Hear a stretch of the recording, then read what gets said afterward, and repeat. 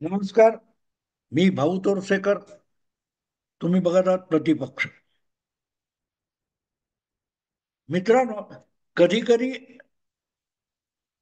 शहाणी सुरती माणसं पण अशी वागतात आणि बोलतात की त्यांच्यामुळे आपले पूर्वज पिढ्यानुपिढ्यांच्या अनुभवातून ज्या म्हणी तयार करत गेले, उक्ती तयार करत गेले, त्या किती अर्थपूर्ण आहेत हे कळतं. अशीच एक म्हण आहे, भीक नको पण कुत्रा आवर. भीक नको पण कुत्रा आवर. म्हणजे एखादा भिकारी दारात आलाय आणि कुत्र एवढं जोरात भुंकतंय आणि अंगावर धावतंय की बाबा ह्या घरातली भीक नको, पण ते कुत्र भुंकायचं थांबू देत, त्या अंगावर यायचं थांबू देत, असं त्या भिकाऱ्यालाही वाटतं. आणि तो भिकारी हा घर मालकाला किंवा यजमानाला बघून मनात म्हणतो की बाबा, तुझ्याकडून भीक नको, पण ते तुझं कुत्र आवर. राजकारणात आजकाल आपल्याला प्रवक्त्यांची जी मांदियाळी निर्माण झालेली आहे, त्यामुळे असं वाटतं. आणि त्यापेक्षा या प्रवक्त्यांच्या असल्या खोलचटपणाला बातम्या म्हणून पेश करणारे जे पत्रकारांचं नको तितकं पीक आलेलं आहे, पेव फुटलेलं आहे. त्यामुळे सामान्य माणसावर भीक नको पण बातमी आवर, डोके दुखी नको पण बातमी आवर, असं म्हणायची वेळ आली. आमच्यासारखे युट्यूब वगैरे जोरात चालायला लागले. याचं कारण पत्रकारिता ही कुत्र्यापेक्षाही भटक्यांसारखी झालेली आहे. भटकी कुत्री असतात तशी पत्रकारिता झालेली आहे. बातमी कशी असते, बातमी म्हणजे काय, याचा सुद्धा थांगपत्ता ज्यांना उरलेला नाही. रोजच्या पेक्षा काहीतरी वेगळं असलं पाहिजे. लोकांना माहिती आहे त्यापेक्षा काहीतरी वेगळं असलं पाहिजे. आम्ही जेव्हा पत्रकार झालो तेव्हा आमचे ज्येष्ठ होते, त्यांनी आम्हाला बातमी कशी ओळखावी, वेगळेपण म्हणजे काय, हे समजावण्यासाठी एक अ, असाच विषय सांगितला होता, जो सार्वत्रिक आहे. मी काय खास नवीन सांगतो असं भाग नाही.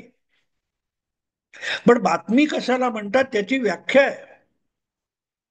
कुत्रा माणसाला चावला तर ती बातमी नाही. का नाही? तर कुत्राच आहे. माणसाच्या सोबत मानवी वस्तीमध्ये कुत्रं जगत असतं. थोडं इकडे तिकडे झालं तर चावतं, त्यात काही नवीन नाही. त्यामुळे कुत्रा माणसाला चावला ही बातमी होऊ शकत नाही. पण माणूस कुत्र्याला चावला तर ती दुर्मिळ घटना आहे, अपवादात्मक घटना आहे. आणि अपवादात्मक घटना म्हणूनच ती बातमी आहे. कुत्रा तुमच्यावर भुंकला ही बातमी नसते. पण कुत्रा माणसावर भुंकला तेव्हा चिडून एखादा माणूस कुत्र्याचा आवाज काढून कुत्र्यावर भुंकत असेल तर मग ती बातमी होते. कारण माणूस सुसंस्कृत आहे. माणूस कुत्र्यासारखा बेताल वागू शकत नाही आणि भुंकू शकत नाही.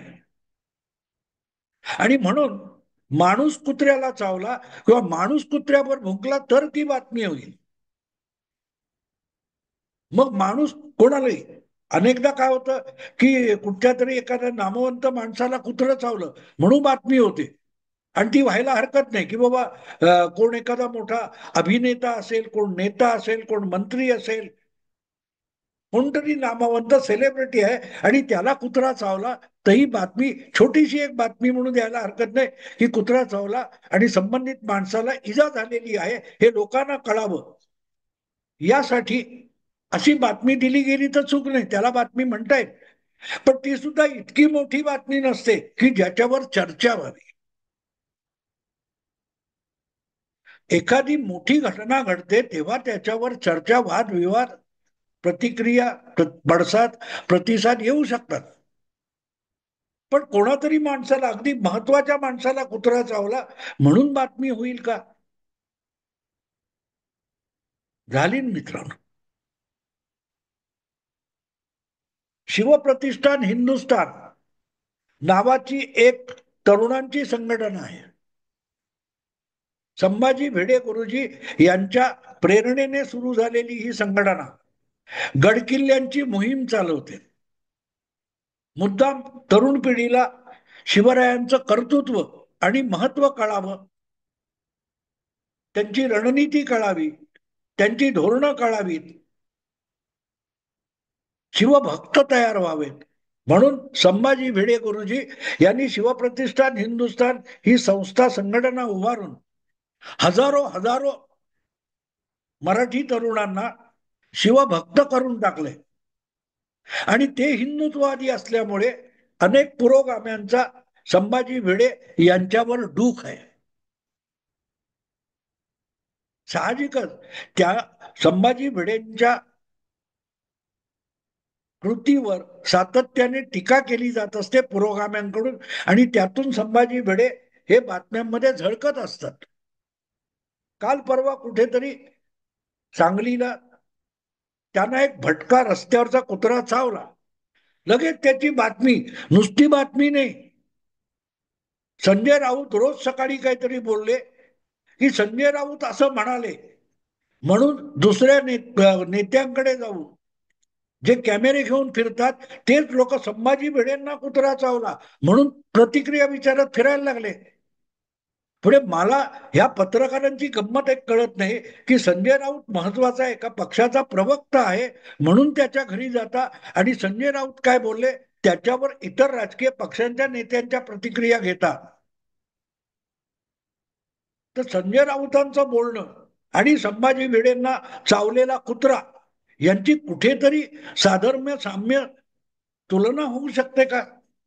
तुम्ही सांगा, मला ऐकणाऱ्यांनी विचार करावा की संजय राऊत आज काहीतरी फार महत्वाचं बोललेले आहेत आणि त्यावर प्रतिक्रिया मागावी, तसा तो कुत्रा अत्यंत महत्वाच्या व्यक्तीला चावलेला आहे, त्यामुळे त्या कुत्र्याच्या चावण्यामध्ये काहीतरी फार मोठी राजकीय घटना आहे, सामाजिक घटना आहे. त्यासाठी वडेट्टीवारांपासून जितेंद्र आव्हाड पर्यंत अनेकांच्या प्रतिक्रिया घ्यायच्या. तुम्ही तुलना कोणाची कोणाशी करताय?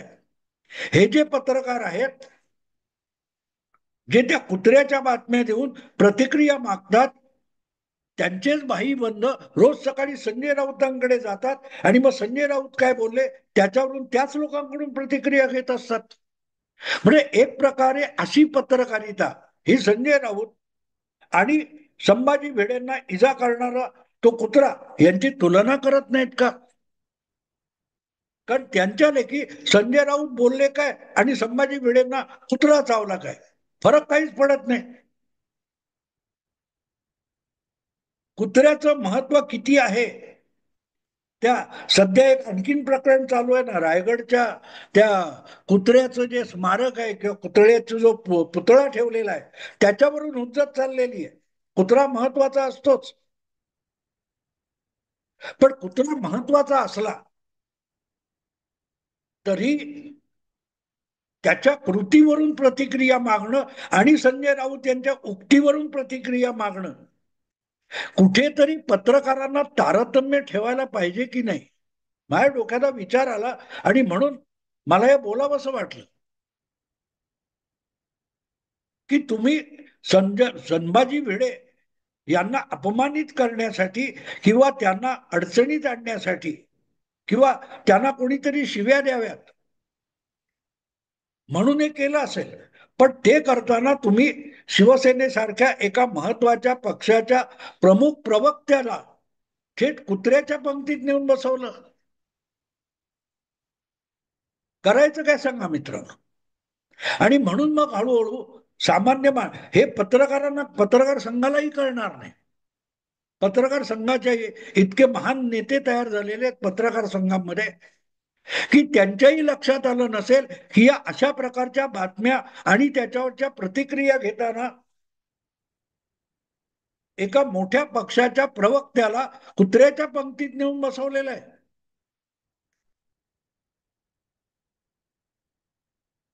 मुद्दा असा आहे मित्रांनो की हे सगळं करताना थोडं तरी तारतम्य ठेवलं पाहिजे, थोडं तरी तारतम्य ठेवलं पाहिजे. पण ज्यावेळेला आपण भरकटत जातो तेव्हा आपला तोल कुठे जातोय हेही कळत नाही, ना संजय राऊतांना कळत ना पत्रकारांना कळत. मग वडेट्टीवार सारखे अत्यंत बुद्धिमान लोक त्यांनी तर थेट कुत्रा कसा चावला यासाठी SIT नेमण्याची मागणी केली. आहे की नाही गंमत? हा, वडेट्टीवार जेव्हा म्हणतात संभाजी भिडेंना कुत्रा चावला, यासाठी आता तपास करा आणि SIT नेमा.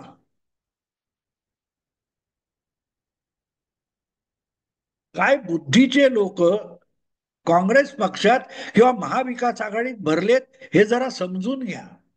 समजून घेतलं पाहिजे. वडेट्टीवार दीर्घकाळ विधानसभेचे सदस्य राहिलेले आहेत, तेव्हा त्यांना आपली बुद्धी थोडी तरी वापरता आली पाहिजे. ज्यांनी कोणी असं सांगितलं त्याला म्हणाल कुत्र शेकडो लोकांना चावतो. भरकटणारी भटकी कुत्री कोणालाही चावत असतात, त्याच्यात कसलं आलंय आणि त्याच्यात काय प्रतिक्रिया द्यायची असं बोलून आपण सुबुद्ध आहोत एवढं तरी वडेट्टीवार दाखवू शकले असते. पण तेवढं भान राहिलेले राजकारणी आता आहेत किती? विन्स्टन चर्चिल, दुसऱ्या महायुद्धातला ब्रिटनचा पंतप्रधान, त्याचं एक वचन आहे की घरातून बाहेर पडल्यानंतर भुंकणाऱ्या प्रत्येक कुत्र्याला दगड मारत बसलात तर कुठे जायला निघालाय हे सुद्धा विसरून जा. वडेट्टीवारांना कदाचित विन्स्टन चर्चिल माहिती नसेल, पण संभाजी भिडेंना चावलेला कुत्रा भिडेट्टीवारांच्या ओळखीचा असणार आणि तो कदाचित कुत्र्यांमधला माफिया असेल. वडेट्टीवार हे त्यातले जाणकार असू शकतील, आपल्याला माहिती नाहीये. वडेट्टीवार अनेक विषयातले जाणकार आहेत, रोहित पवारांसारखे. आणि म्हणूनच हा कुत्रा साधा सुद्धा नसणार. ज्या अर्थी तो संभाजी भिडेंना चावलाय त्या अर्थी त्याची योग्य तपासणी झाली पाहिजे आणि त्यासाठी SIT नेमली पाहिजे. इथपर्यंत आपल्या बुद्धीची छलांग वडेट्टीवारांनी मारली. कीव करावीशी वाटते हो मित्रांनो, कीव करावीशी वाटते. आपण काय बोलतोय, काय आपणच आपली बेअब्रू करून घेतोय एवढं तरी वडेट्टीवारांना कळायला हरकत नव्हतं. ते सुद्धा कोण तुमचे एकनाथ शिंदे असोत, अजितदादा असोत किंवा बावनकुळे असोत, देवेंद्र फडणवीस असोत, ते सांगतात ना, अरे काय तुम्ही माझ्या माझ्या प्रतिष्ठेला शोभतील असे प्रश्न विचारा. संजय राऊत काय म्हणाले याविषयी प्रश्न विचारला की हे दोन उपमुख्यमंत्री मुख्यमंत्री काय बोलतात बघा. ते त्या पदावर जाऊन पोहोचलेत कारण कुठेतरी तारतम्य आहे म्हणून. वडेट्टीवारांना सुद्धा मंत्री मुख्यमंत्री उपमुख्यमंत्री व्हायचंय ना, मग ते होण्यासाठी कमीत कमी तारतम्य ठेवावं लागतं. अजितदादा असोत, एकनाथ शिंदे असोत, देवेंद्र फडणवीस असो, सलग सत्तेत बसलेत गेली 5-7 वर्ष. तर का बसलेत याचा अभ्यास वडेट्टीवारांनी करावा, त्यांना मंत्रीपद गाठायचं असेल तर. तर आपण कशावर प्रतिक्रिया द्याव्यात आणि कशावर प्रतिक्रिया देऊ नयेत. भले पत्रकार खुलचट प्रश्न विचारतील, पण आपली बुद्धी शाबूत ठेवून देवेंद्र, एकनाथ किंवा अजितदादा उत्तर देतात, म्हणूनच ते त्या उच्च पदापर्यंत जाऊन पोहोचले. कोणाकडे दुर्लक्ष करायचं आणि कोणाला दगड मारू नये हे वडेट्टीवारांनी फडणवीस, शिंदे आणि अजितदादांकडून शिकावं. शिकायचा प्रयत्न जरी केला असता तरी त्यांनी हे संभाजी भिडे प्रकरणामध्ये कुत्र्याचा विषय निघाल्यानंतर त्या पत्रकाराला झापलं असतं. पण ते शेंबूडपुसा पत्रकार आणि त्याच्या समोर हे नसलेली अक्कल पाजळणारे वडेट्टीवार SIT पर्यंत गेले. आहे की नाही गंमत? या लोकांच्या बुद्धीची कीव करणं पण आता कंटाळा आलेला आहे. काय बोलताय तुम्ही, कशाविषयी बोलताय? आणि म्हणून मला तर पत्रकार संपादकांची चिंता वाटते की ज्या प्रकारे आता बघतोय आपण, एकूण माध्यमांचा कणा मोडलेला आहे. उत्पन्नाचं साधन सगळ्या चॅनेलवाल्यांचं गडगडून पडलेलं आहे. TRP रसातळाला गेलीय.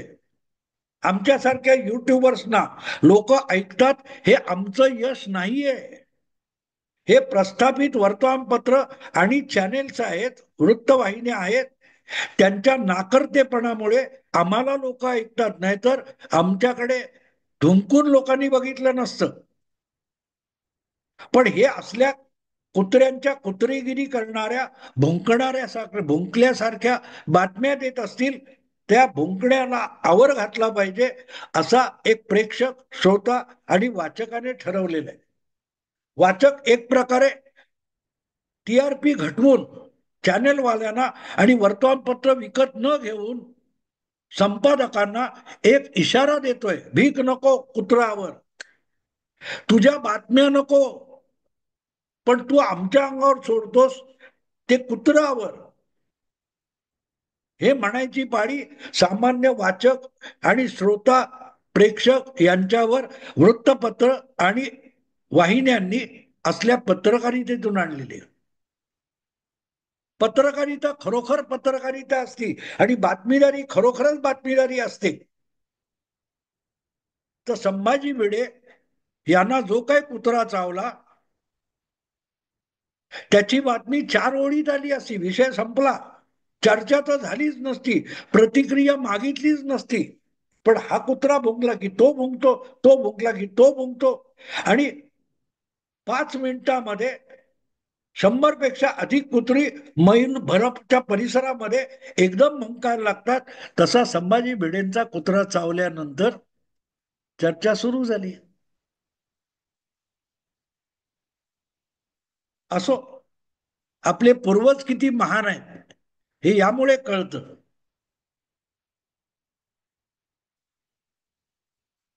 मित्रांनो, आता इथेच थांबतो. आवडलं लाईक करा, शेअर करा आणि प्रतिपक्षाला सबस्क्राईब करा.